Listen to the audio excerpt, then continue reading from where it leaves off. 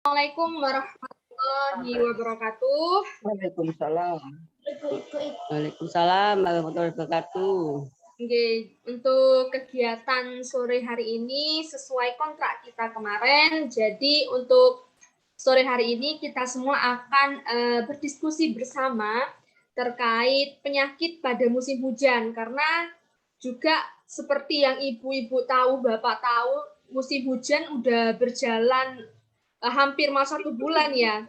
Jadi nanti teman-teman saya di sini akan menjelaskan terkait apa aja sih penyakit yang ada di musim hujan, terus bagaimana pencegahan supaya tidak terjadi penyakit yang tidak diinginkan. Baik, saya Nadia Alfionita Putri Bagrian selaku moderator pada kegiatan pada sore hari ini.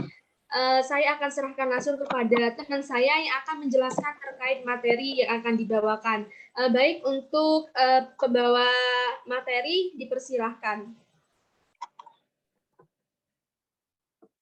Baik, terima kasih untuk moderator. Saya buka terlebih dahulu. Assalamualaikum warahmatullahi wabarakatuh. Waalaikumsalam. Selamat sore Bapak-bapak dan Ibu-ibu. Bapaknya satu, ibu-ibunya Bapaknya ada dua. Jadi sebelumnya saya mengucapkan terima kasih dan teman-teman mengucapkan terima kasih untuk Bapak dan Ibu yang sudah bersedia buat hadir di Zoom kita pada sore hari ini ya Pak Bu. Saya mengucapkan terima kasih karena ini kalau saya lihat ini antusias dari kemarin ini untuk Bu Yasin, untuk Bu Sukesi, untuk Pak Yasin ini emang patut di ini. Karena saya lihat yang paling bersemangat. Jadi kita kalau ada yang hadir itu semangat. Meskipun cuma beberapa nggak apa-apa, kita tetap semangat. Ya baik, jadi sebelumnya izinkan saya memperkenalkan diri dengan teman saya. Kita berdua nanti mewakili teman-teman untuk mengajak diskusi Bapak dan Ibu untuk terkait tema kita pada sore hari ini. Perkenalkan, nama saya Adia Kristina, saya mahasiswa profesi Universitas Jember, dan teman saya Nila Uli. Sebelumnya sehat semua ya Pak, Bu. Kalau dari sehat. Ya, kalau terlihat dari laptop ini sehat semua sih. Ya, baik. Penuh semangat. Ya, kita harus semangat. Teman-teman saya juga harus semangat. Kita harus semangat. Semangat. Jadi pada sore hari ini kita berkesempatan untuk berdiskusi ya Pak Bu terkait karena kan kita juga lagi menghadapi kondisi musim hujan nih. Di tempat saya juga sedang hujan. Di tempat Bapak Ibu juga lagi hujan ya? Hujan, gerimis. Ini ya saya juga di Jember sih ini. Jadi sama. Jadi kita mengangkat dua tema terkait penyakit yang sering muncul saat musim hujan, saat masa pancaroba seperti ini. Kita mengangkat terkait apa sih ISPA dan demam berdarah. Yang pertama kita di sini akan menjelaskan atau diskusi terkait ISPA. Mungkin Bapak Ibu sudah pernah dengar atau membaca ISPA itu sendiri. Untuk ISPA itu singkatan ya Pak Bu. Untuk kepanjangannya sendiri kita artikan per huruf. Untuk I sendiri itu adalah infeksi, SP itu saluran pernafasan. Nah, untuk pengertian sendiri kita bahas per huruf. Infeksi sendiri yaitu peradangan. Peradangan di mana? Di saluran pernafasan. Saluran pernafasan ini yang bagian mana ya? Saluran pernafasan hidung sampai dengan paru-paru seperti itu. Dan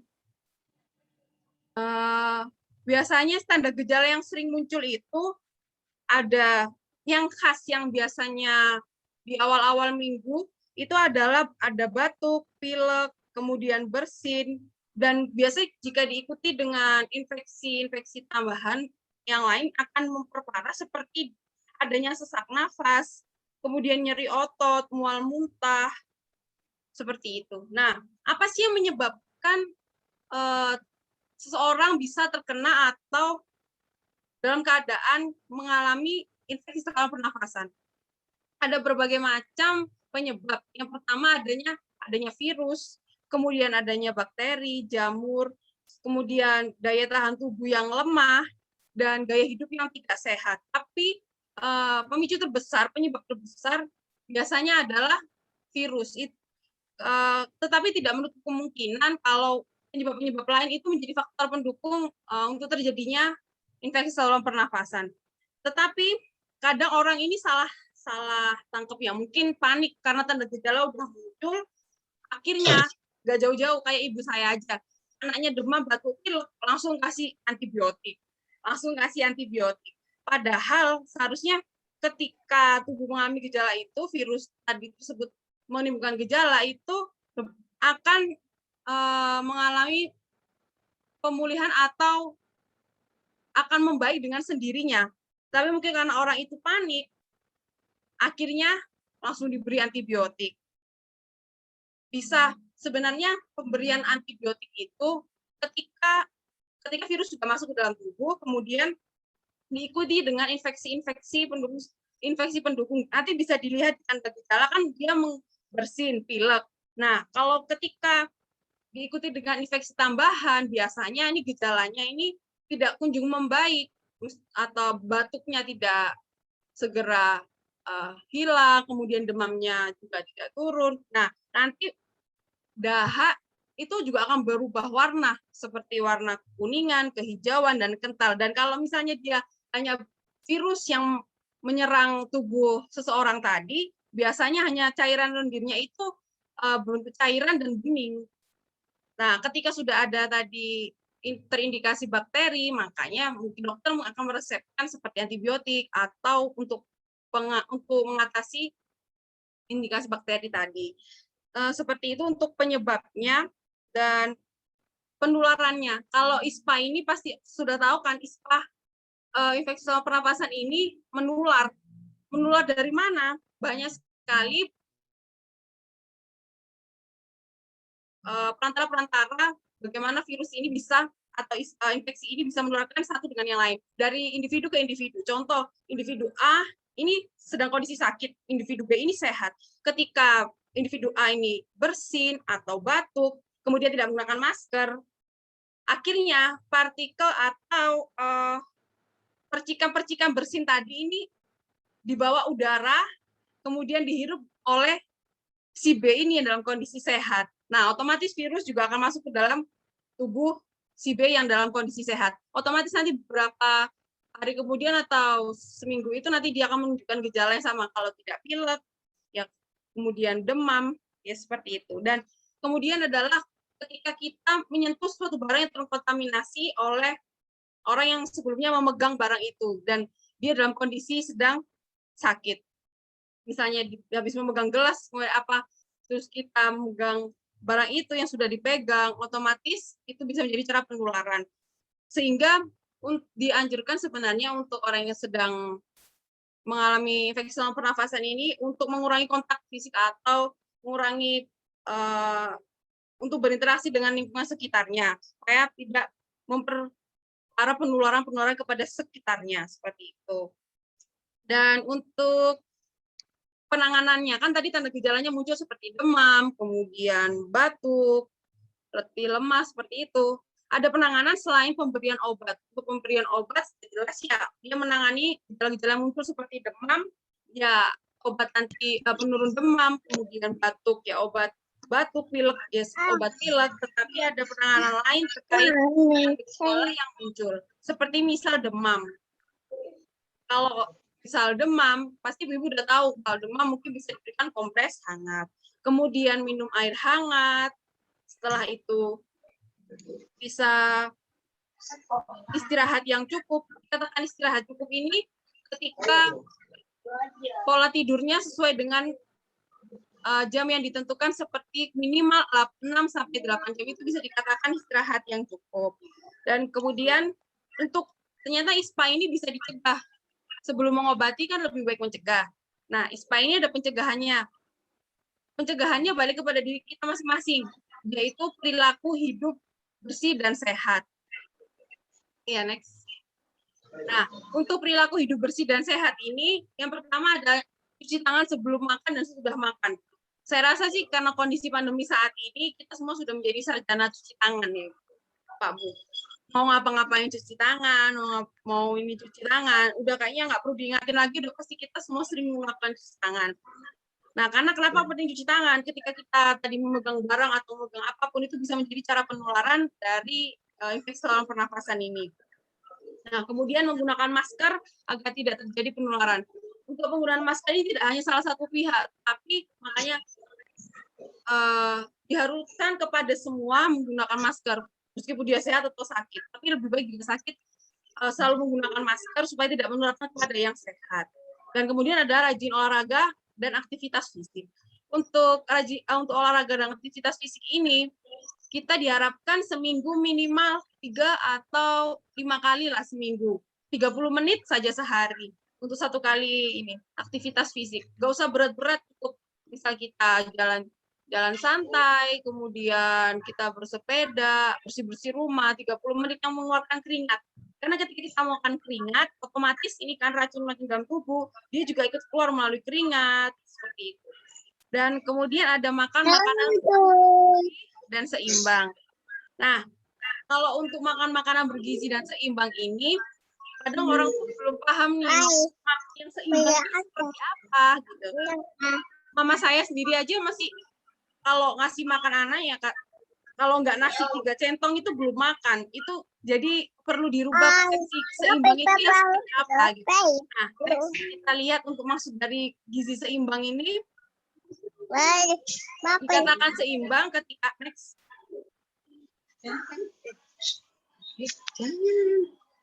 dikatakan seimbang ketika misal dalam satu piring ini kita bagi menjadi 3 bagian, sepertiga, dan sepertiga. Nah, sepertiga yang satu ini adalah makanan pokok. Nah, sepertiganya lagi ini adalah sayuran. Sepertiganya lagi dibagi menjadi 2 antara lauk dan buah-buahan. Nah, jadi itu harus seimbang itu. Untuk makanan pokok sendiri bisa seperti beras, kemudian jagung, kentang. Nah, untuk lauk pauknya sendiri bisa nabati hewani, ikan atau tahu atau tempe, seperti itu. Untuk sayur-sayuran dan buah-buahannya pasti juga bisa buah-buahan dan sayur yang mengandung vitamin. Nah, vitamin ini bisa nggak harus kita dapatkan dari misalnya minum suplemen atau apa. Vitamin ini bisa kita dapatkan dari buah dan sayur-sayuran yang kita konsumsi. Nah, selain seimbang itu juga harus aman, karena nggak cukup hanya seimbang. Bagaimana sih kita mengolah makanan ini? Sudah matangkah? Atau penyimpanannya sebelumnya bagus atau tidak? Fresh atau tidak untuk selanjutnya dimasak? Dan makanya itu harus diperhatikan. Ketika makanan sudah seimbang dan aman, itu nutrisi kita pasti terpenuhi. Next. Nah, kemudian karena tadi tanda gejalanya ada batuk, bersin. Next. Nah, ini ada etika batuk. Kan tanda gejalanya tadi ada batuk, ada bersin. Ya, gimana nih kalau kita batuk supaya nggak menularkan ke orang, supaya nggak menyebabkan penularan semakin ini. Makanya ada etika batuk dan bersin. Yang pertama ada dijelaskan berulang-ulang, gunakan masker. Kemudian yang kedua, ketika kita mau bersin atau mau batuk, tutup mulut dan hidung dengan lengan atas bagian dalam, seperti yang ada di gambar. Dan kemudian menutup mulut dan hidung dengan tisu. Dan jangan lupa setelah itu dibuang di tempat sampah, ditutup, dan kita kembali cuci tangan 6 langkah. Seperti itu untuk etika batuknya. Mungkin ada yang ingin didiskusikan, Pak, Bu? Insya Allah sudah paham. Ya, saya rasa Bapak Ibu juga udah paham terkait ini infeksi saluran pernafasan, dan mungkin juga sering mengalami kondisi anaknya atau diri sendiri atau apa, pasti sudah, saya yakin rasa udah paham. Cuma mungkin lebih ini aja untuk penggunaan masker saat sakit itu lebih ditingkatkan, kemudian cuci tangan 6 langkah seperti itu. Baik, selanjutnya akan dilanjut teman saya terkait demam berdarah. Terima kasih waktunya, Mbak Dea. Saya lanjutkan tentang demam berdarah ya, Bu, Pak. Oke. Eh, Oke. Ya, jadi saya yakin semuanya sudah tahu apa itu demam berdarah. Demam berdarah itu penyakit yang disebabkan oleh virus. Virusnya berasal dari nyamuk, yaitu nyamuknya bernama nyamuk Aedes aegypti.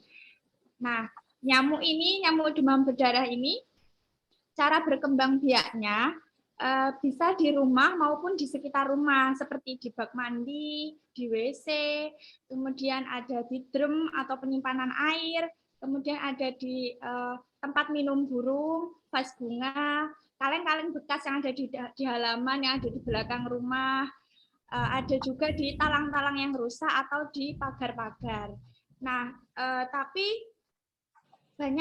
biasanya kan banyak yang berpikir ya Pak Bu, kalau nyamuk Aedes aegypti ini di selokan ataupun yang ada di got. Bukan yang seperti itu, yang nyamuk Aedes aegypti ini yang ada di penampungan air bersih. Jadi bukan yang berkembang biak di got, selokan, ataupun yang di kolam yang airnya langsung berhubungan dengan tanah. Next. Nah, ini ciri-ciri nyamuknya itu apa saja? Yang pertama yaitu berwarna hitam, di badannya ada belang-belang putih, kemudian aktif menggigit pada sore hari hingga malam hari, jarak terbang setinggi 100 meter, biasanya di tempat yang agak gelap dan lembab, kemudian jentik selalu bergerak aktif dalam air dari bawah ke atas permukaan secara berulang-ulang. Kemudian tempat hinggap yang paling disukai ini biasanya ada pakaian yang bergantung, kelambu ataupun tumbuh-tumbuhan. Jadi dikurangi kalau menggantung pakaian itu dikurangi ya Pak Bu. Diusahakan langsung dicuci saja. Kemudian ini ada gejala awalnya. Jika terdapat gejala ini mendadak panas 2-7 hari, kemudian tampak lemah dan lesu, timbul bintik-bintik warna merah pada warna kulit, dan sering terasa nyeri di ulu hati. Ini diwaspadai gejala DBD. Kemudian gejala lebih lanjutnya biasanya terjadi perdarahan pada hidung atau mimisan. Kadang-kadang disertai muntah atau berak darah juga. Nah, jika sudah keluar darah ini atau sudah parah, biasanya penderita atau pasiennya itu gelisah, kemudian tangan kakinya dingin serta berkeringat. Kemudian jika ada tanda-tanda seperti yang sudah disebutkan tadi, segera beri minum yang banyak, kompres agar panasnya turun, dan juga beri obat penurun panas. Nah, selanjutnya ini gimana sih cara yang dilakukan untuk memberantas jentik nyamuk, yaitu dilakukan dengan cara 3M+. 3M+ ini ada yang pertama ada menguras tempat-tempat penampungan air, yang kedua yaitu menutup rapat semua tempat penampungan air bersih seperti air minum, terus air yang digunakan untuk mandi, kemudian memanfaatkan mendaur ulang barang bekas. Dan yang plus ini, plus mencegah perkembangbiakan nyamuk. Ini dapat dilakukan dengan cara memelihara ikan pemakan jentik nyamuk. Biasanya kan bak mandinya itu ada ikannya ya Bu. Nah itu untuk memakan jentik nyamuk. Kemudian menggunakan obat anti nyamuk, memasang kawat kasa pada jendela dan ventilasi, tidak menggantung pakaian di dalam kamar, dan menaburkan bubuk larvasida. Nah, yang selanjutnya pemantauan. Yang selanjutnya mohon maaf, tanaman pengusir nyamuk. Nah, ini yang dapat ditanam ibu-ibu ini di rumah. Bisa ditanam tanaman ini untuk mengusir nyamuk. Tanamannya apa saja? Yang pertama ada zodia, ada sereh, selasih, suren, lavender. Kemudian ada rosemary, geranium, dan kecombrang. Selanjutnya ada pemantauan jentik. Nah, pemantauan jentik ini bisa dilakukan yang pertama ada tahap persiapan. Tahap persiapannya yaitu pengurus RT melakukan pemetaan dan pengumpulan data penduduk. Kemudian mengenai data rumah atau bangunan, seperti tempat pendidikan, sarana kesehatan, atau tempat ibadah yang dapat berpotensi menjadi sarang nyamuk. Kemudian pengurus RT mengadakan pertemuan singkat yang dihadiri oleh warga, tokoh masyarakat, dan tokoh agama. Pada pertemuan itu disampaikan perlunya setiap rumah melakukan pemantauan jentik dan PSN 3+. Selanjutnya pengurus RT membentuk koordinator Jumantik dan Jumantik lingkungan berdasarkan musyawarah warga. Dan koordinator Jumantik akan menyusun rencana kunjungan rumah. Yang kedua, setelah tahap persiapan, maka tahap yang kedua yaitu kunjungan rumah. Nah, saat kunjungan rumah ini dilakukan pembicaraan dengan menanyakan sesuatu yang sifatnya menunjukkan perhatian pada keluarga, misalnya menanyakan keadaan anak atau anggota keluarga. Yang kedua, menceritakan mengenai peristiwa yang ada kaitannya dengan DBD. Kemudian membicarakan tentang penyakit DBD, bagaimana cara penularannya, dan cara pencegahannya.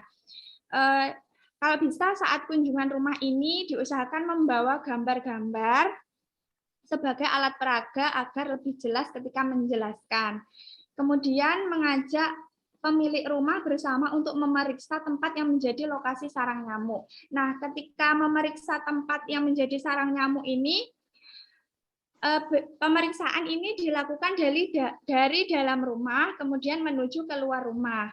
Nah, jika ditemukan jentik, maka diberikan penjelasan pada keluarga tersebut mengenai tempat perkembangbiakan nyamuk dan melaksanakan PSN 3M+.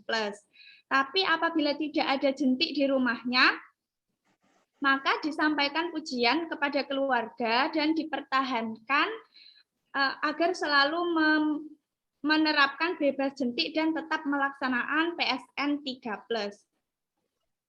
Nah, bagaimana cara pemantauan jentiknya? Yang pertama yaitu periksa bak mandi atau WC, drum ataupun tempat-tempat penampungan yang ada di rumah. Kemudian jika tidak terlihat adanya jentik, maka Bapak Ibu ditunggu dulu selama 1 menit. Jika ada jentiknya, maka jentik akan muncul ke permukaan untuk bernafas. Jika ditunggu 1 menit tidak ada jentik, maka rumah itu bebas dari jentik. Ketika memeriksa tadi menggunakan senter. Nah, ini pemeriksaannya pada tempat yang berpotensi menjadi perkembangbiakan nyamuk, seperti di vas bunga, di bak mandi, di kaleng bekas, ataupun di tempat penyimpanan air, biasanya di belakang dispenser. Seperti itu. Sekian penjelasan dari saya. Apakah ada yang ingin didiskusikan, Pak, Bu? Enggak ada, Mbak. Oke, terima kasih untuk pemateri dari Dea Kristina dan Mbak Nila. Selanjutnya, jika memang ada dari penyampaian teman-teman saya, yaitu mulai dari ISPA, tadi seperti pencegahannya, lalu dengan cara mencuci tangan tadi, dengan makan seimbang, lalu juga dengan penyakit yaitu demam berdarah yang juga berhubungan, di mana pada musim hujan ini juga beresiko tinggi terjadinya demam berdarah.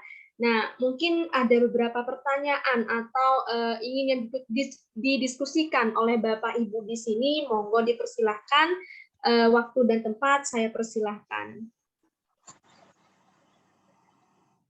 Mungkin dari Bu Yasin mungkin ingin menambahkan sesuatu jika ada yang belum tersampaikan atau kurang dari pemaparan materi dari teman saya, monggo Ibu. Assalamualaikum warahmatullahi wabarakatuh. Waalaikumsalam warahmatullahi wabarakatuh. Kalau menurut saya seperti apa yang saya sampaikan, yang jenengan sampaikan tadi kayaknya sudah, Mbak, dan itu pun sudah jalan di lingkungan kita. Ya, di lingkungan kita, utamanya di Damas ini, anggotanya salah satunya Bu Heri. Bahwa untuk di RW 12 ini, di pertemuan juga sudah saya sampaikan bahwa 1 rumah 1 Jumantik, sudah saya sampaikan ya. Jadi yang ngontrol sendiri, ibu-ibunya atau siapa. Jadi kita sudah sepakat, Kalau di lingkungan sini sudah berjalan apa istilah itu satu rumah satu Jumante. Ya, cuma untuk pemeriksaannya aja kita serahkan juga ibu-ibu. Untuk laporannya dikoordinir masing-masing. Ketua ada masing-masing laporan untuk Katelia 13 ini, ya kebetulan untuk koordinator PSN-nya saya serahkan ke Ibu Eka Sulistinia. Ya, itu sebagai koordinator untuk PSN Katelia 13. Jadi tiap minggunya pagi ibu-ibu sebelum jam 9 kita rekap, setelah itu kita laporkan ke kelompok Posyandu Kelurahan. Posyandu Kelurahan nanti melaporkan ke Puskesmas. Dan itu insya Allah sudah rutin. Ya, karena kita pakai gerakan itu Mbak, kan tidak semua orang mau dimasuki, tidak semua orang mau rumahnya didatangi, karena itu pengalaman yang dulu-dulu waktu zamannya Bu Bidan Tias Edi masih sebagai koordinator sini, itu memang kita bikin gerakan untuk sidak dalam artian tidak bilang-bilang ke ibu-ibu bahwa tim Posyandu akan berkunjung gitu kan ya. Itu ternyata kita juga banyak menemukan kendala. Sampai kita yang diusir, yang dimarahi, seperti itu. Nah, berkaca dari pengalaman itu, saya sampaikan ke ibu-ibu, saya balik. Maunya gimana? Apa kita tiap 2 minggu sekali harus keliling?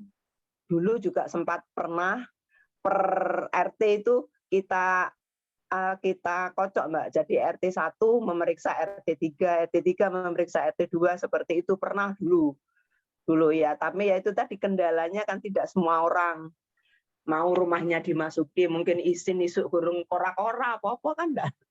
Nah, makanya dengan adanya ini kita sudah sepakat dan insya Allah alhamdulillah untuk lingkungan kita, untuk penderita DPP-nya kalau enggak salah seingat saya itu awal-awal tahun 2021 di RT 1 sama RT 2 yang ada. Dan itu setelah dilacak kenanya tidak di lingkungan kita. Karena dia mahasiswa apa ya, saya lupa waktu itu. Ya itu, jadi insya Allah untuk lingkungan sini kebersihannya utamanya di RT 3 karena saya penduduk RT 3 sama Bu Heri, itu pun di lingkungan kita juga sudah ada piket taman.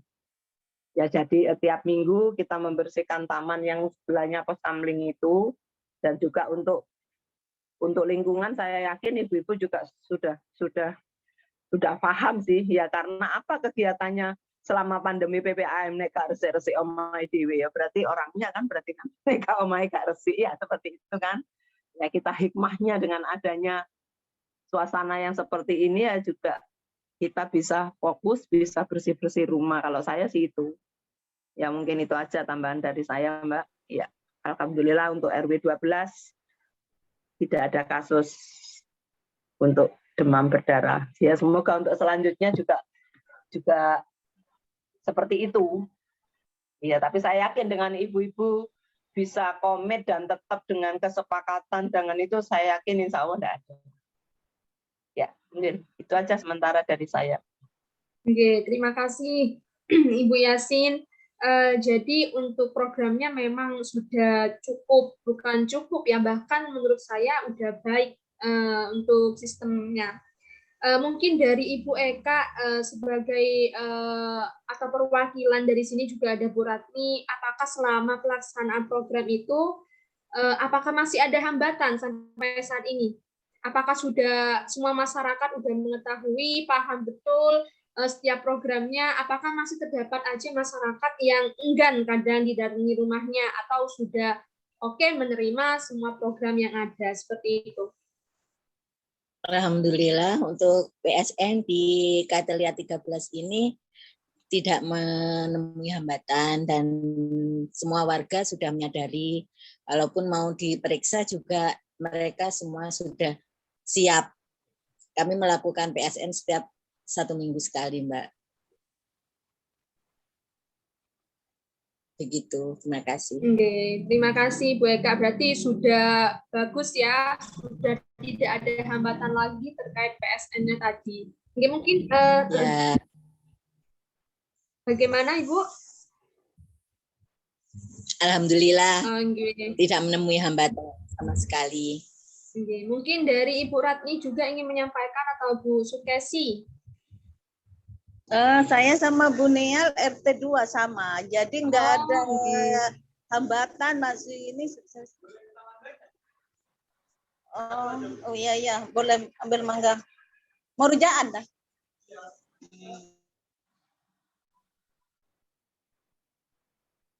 Dan udan mak rujaan.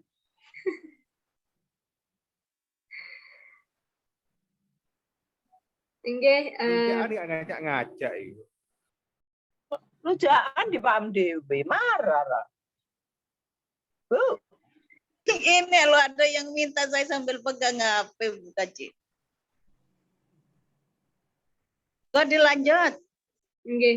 Nggih, terima kasih Ibu Ratni.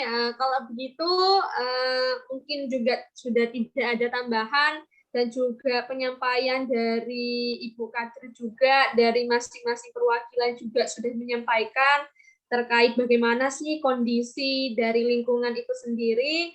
Mungkin cukup sekian karena juga waktunya sudah mau mepet maghrib ya. Jadi akan saya tutup dengan melanjutkan membacakan terkait kesimpulan pada kegiatan sore hari ini. Jadi berdasarkan materi yang sudah disampaikan oleh Mbak Nila, oleh Mbak Dea terkait ISPA, jadi kita itu setiap ada gejala seperti misalnya batuk, flu, kalau memang kita belum tahu secara detail seperti apa kondisinya itu, jangan sedikit-sedikit kita minum obat, tapi kita harus periksakan dulu kondisi kita. Jadi baru setelah kita memeriksakan ke klinik, ke dokter, baru kita akan mendapatkan di sana resep obat yang tepat. Nah, selain itu pencegahan ISPA ini apa? Ya tadi dengan melakukan PHBS. Nah, apa saja sih PHBS itu? Dengan cara mencuci tangan, lalu juga menjaga konsumsi nutrisi kita, yaitu dengan mengkonsumsi sayur, mengkonsumsi buah, juga mengkonsumsi. Nah, untuk berdarah ini juga sepertinya Ibu tadi bahwa hanya ini dapat dilakukan dengan 3M. Nah, jadi juga karena saya sudah melihat di RW 12 ini cukup bagus programnya, juga sudah berjalan dengan baik dan juga tidak ada masalah. Jadi tinggal bagaimana sih kita semua warga yang ada di sana juga lebih aktif lagi berpartisipasi agar di musim hujan ini tidak ada penyakit yang kita inginkan seperti itu ya. Oke, baik, cukup sekian dari saya. Mohon maaf apabila ada kesalahan dari saya juga teman-teman saya, serta ada kekurangan yang mungkin tadi tidak berkenan untuk disampaikan. Mohon maaf, selebihnya wassalamualaikum warahmatullahi wabarakatuh. Waalaikumsalam warahmatullahi wabarakatuh. Ibu-ibu, bapak-bapak, kita ini ya sesi foto dulu, jadi bisa on